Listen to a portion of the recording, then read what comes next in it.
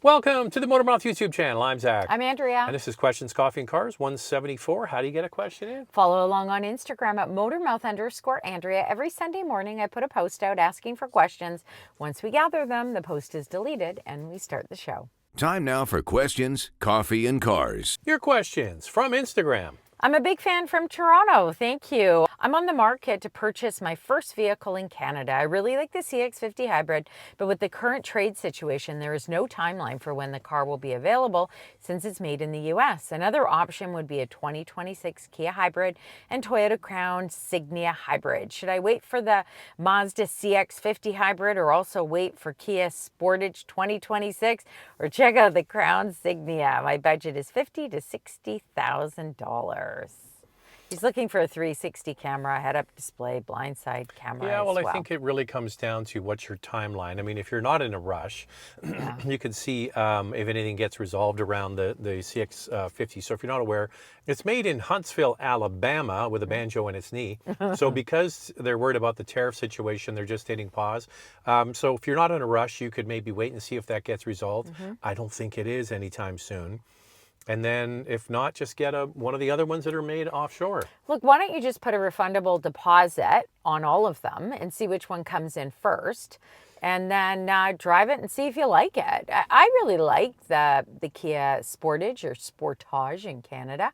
I think that Kia's done a great job, and the hybrid is very good, very quiet.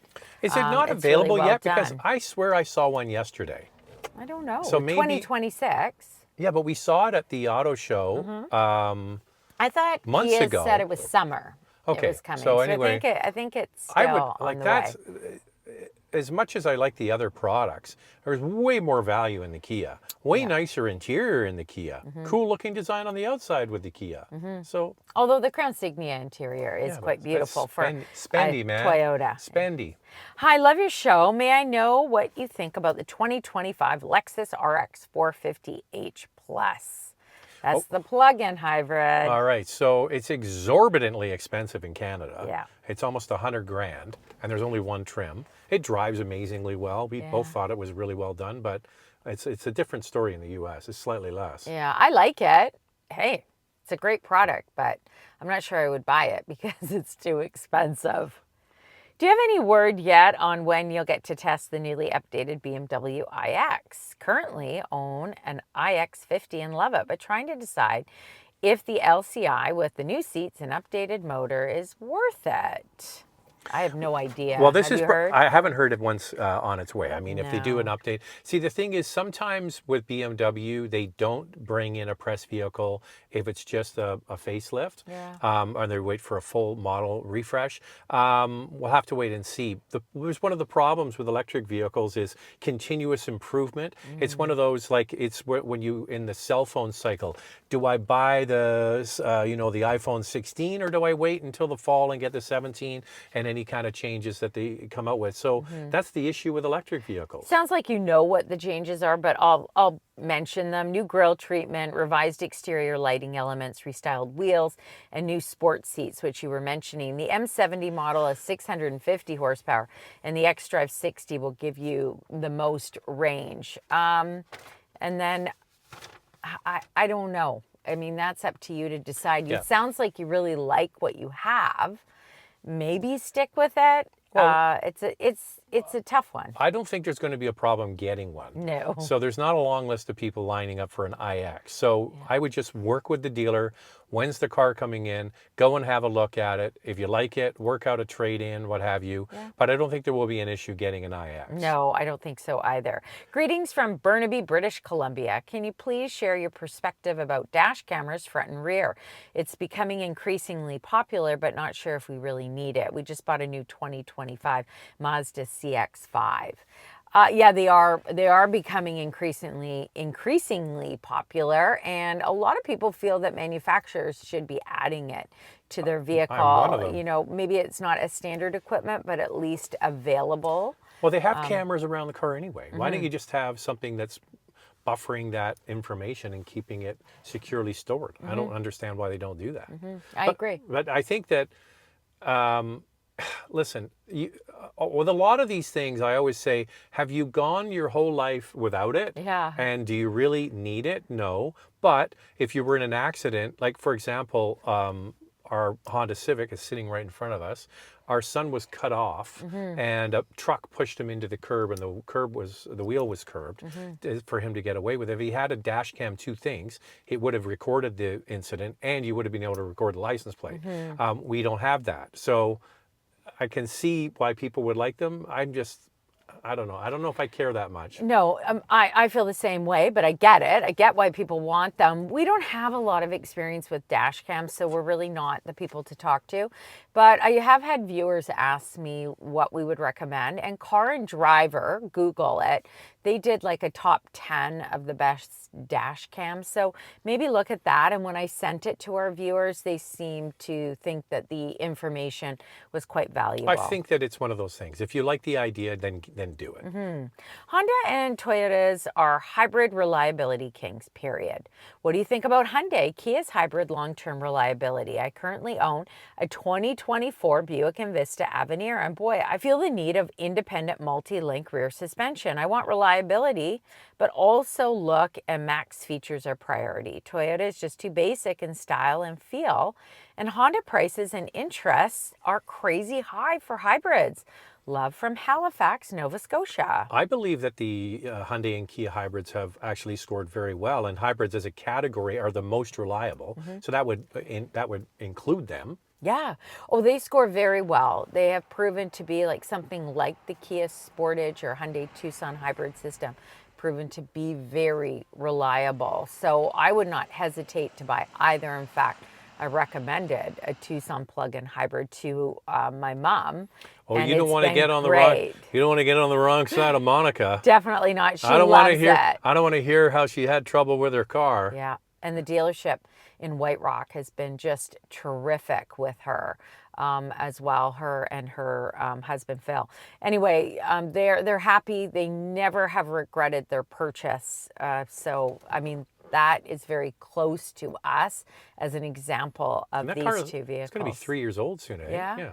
Have plug-in hybrids been on the market long enough to have a good understanding of long-term reliability and cost of ownership as compared to more traditional hybrids?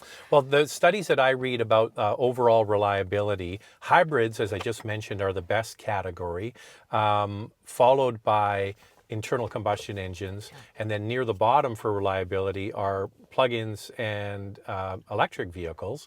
A lot of it comes down to software, but back to the point a moment ago, a lot of straight hybrids are not luxury vehicles. No. Except for Lexus. Lexus, yeah. When you get into plug-ins, that really captures a lot of the high-end vehicles like Mercedes and BMW, Porsche, etc., Audi. So no, Audi doesn't have a plug-in. Yeah, they do. Oh yeah, Q5 and the plug-in Q5, hybrid. yeah. So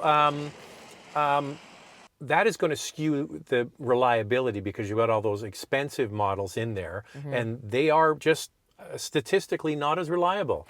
No, they aren't. It's just a more complex system with the plug-in hybrid, which is why there can be issues. Also, some people worry about battery replacement costs as the vehicle gets a little bit older. So these are all things to keep in mind. I suppose it's kind of a wait and see on these because it is fairly new. But then I look at my mom with her Tucson plug-in hybrid, and it's been fantastic. But Volvo has been at this racket, I think it's got to be over 10 years now. They've been producing plug-in hybrids in their vehicles like the XC90 and the XC60 a long time ago. I mean, Volvo's reliability isn't near the top, and it might be because of the plug-ins. But it's one of those things where if you're really concerned about it, go to the brands you think you have more trust in, like if you could get a RAV4 Prime, for example, from Toyota, or just get a hybrid, or just get a straight EV. But know that EVs are near the bottom of reliability because a lot of them are plagued with software issues. Yeah. Love the Q&A sessions. I'm from Calgary. Thank you. Currently, I have a deposit for the Camry SE upgrade model. It's been almost 6 months since we put the deposit and still waiting. Now, after watching the new 2026 Passport, we've fallen in love with it. I talked to a local dealership in Calgary, and they said it's coming in 2 weeks, and delivery time will be a month and a half from the ordering date, but there is no official news from Honda Canada. Should we wait for the Camry or go for the Passport? We're going to use this car mostly for long road trips and sometimes commute to work. Yeah, pricing. Oh, wow. That's quite a difference. Yeah, so the pricing of the Passport in Canada, from what I see online, hasn't been announced yet, and that is based on where it's made and tariff problems. So it may be coming. I'm not even sure what the price of that Passport is, but how about just put yourself on a waiting list for both with a refundable deposit? Yeah, get a refundable deposit. Yeah. So you've got two totally different vehicles here. One is a big upright boxy vehicle, and it has a V6, and it's just going to use a lot of gas. Where the Camry is uber efficient and has a very thrifty hybrid system, has the all-wheel drive. You're getting the SE with the upgrade package. It has a lot of features in it. I mean, it's a hell of a car for the price. Really I think based on price, the Camry knocks it out of the park. But then the Passport is just a totally different animal. I'm really suspicious of a dealer saying you're going to get delivery in a month. I find that Same. that might be dealer speak for locking you in. And then a month goes by and they go, oh, well, Bob, Sue, Steve, whatever your name is. Well, it's on the way. It didn't come in when we thought. Oh, yeah. Stuck at the ports. I don't know. I would only suggest don't give up your Camry spot. Yeah. I just think the fuel economy is so good with the Camry. And Toyota really loaded that up. I know, that's what I was saying. That SE model is the base model in Canada, and it sounds like you've got the SE plus the package. That's a lot of car for the money. And for long road trips, a sedan is pretty comfy. Hi guys, love your reviews on coming models for 2025. So I was wondering if you have any information on the upcoming M2 model as far as they are coming out with the M2 CS, as well as rumors making an all-wheel drive version. Hope you can give some info. Thanks guys, and keep up with the content. I have no idea. I did a quick Google search. By the way, M2, hello, one hell of a car. I know. Is that not fun or what? Okay, this is all rumors, nothing official from BMW. The rumors are, yes, there will be an all-wheel drive model, and it's expected to enter production in the summer of 2026. It will be exclusively an 8-speed automatic transmission, but don't fret, BMW, according to the rumors, is not going to be eliminating their 6-speed manual transmission in the rear-wheel drive model because they realize that it's unique. Yeah, it's different. That's right. You have it. You know what I heard, Andrea? I heard a dirty little rumor. What was that? That the Z4 manual with the M40 engine is on its way here for us to drive. How exciting, hey? I can't wait for that. Yeah, we'll so like that. you know what? Honestly, we don't follow the details of the M2 that closely. I would talk with your dealer; they'll have a better idea. But yeah, if you can get your hands on an M2, I mean, an all-wheel drive. You know what? I want the manual. I'm a purist though. I want the manual. Well, some people who really want all-wheel drive will be happy with the 8-speed automatic. It's also a really good transmission. And very quick. They're saying because the all-wheel drive M2, once again, rumors online, that it's going to have that torque number that the M3 and M4 have of 479 pound-feet. They don't expect it to look a lot different than the rear-wheel drive model, except there might be some design elements like obviously badging that states all-wheel drive or X-drive, and then maybe some tweaks to the exterior, but that's about it. Do you think VW will bring PHEVs to Canada like the ones they have in the UK, or just more options in general for PHEVs like BYD? Oh, I spoke to Patrick, the head of product planning, and he said that they're working on straight hybrids, but the thing is they have to engineer it because the hybrid that they had was only a 2-wheel drive, or the one they sell in Europe. Then they have to engineer in an all-wheel drive variant. So they're actually going through that process, and he said it'll be like 2 years. He said at least 2 years. At least 2 years before they come with a straight hybrid. They're also very confident in their portfolio right now. They're going to sell a lot of cars even if they don't have it. Yeah, they're not really concerned about it. I agree with you. We need a hybrid or a plug-in hybrid. Yeah, Patrick says it's not plug and play with the ones in the UK or in Europe, bringing them to Canada. So from what I understand after our conversation, maybe no plug-in hybrids, but definitely hybrids, but a while down the road. Have you had a chance to compare the Nissan Frontier and Chevrolet Colorado? If so, which one did you prefer and why? I realize the engines are vastly different and not concerned about fuel economy. Curious about comfort, handling, and practicality. Well, we've been asking General Motors, when are you going to have a mid-sized truck in our press fleet so we can drive one? So we would love a Colorado or Canyon to drive because we have driven all the other trucks. And of the bunch, I really want to drive the Chevrolet because I think it looks cool, and I really like the Frontier. Its reliability hasn't been that good though. It's if you look at the quality scores, it's not particularly high. Engine's great. I really like the Ranger with that 2.7 liter. Yeah. I think that's a nice truck. You know, one of our viewers, Keith Stapleton, I used to work with him actually. Is that Chris Stapleton's brother? No, it is not. Chris Stapleton's Tennessee brother. whiskey. But he watched actually our Frontier video and he liked it so much he bought one. It has been reliable for him and he just thinks it really is a fantastic pickup truck. So I thought that was good feedback to share. But it's hard to know with comfort level. The Frontier is comfortable, but we haven't driven the Colorado, so I don't know. I really like the Frontier. It's got the larger engine. It's got lots of power. I think it looks really good. I love the green one. Same. That one looks really cool. Yeah. So we apologize. We've been asking General Motors to get our hands on a mid-sized truck from them, so we wait a little longer. One that we really like, the Ford Ranger. Absolutely fantastic and comfortable. Even the rear seat is quite comfortable, which is tough to do with a pickup truck. Could I sell you on a 5-hour road trip in the back seat, Andrea?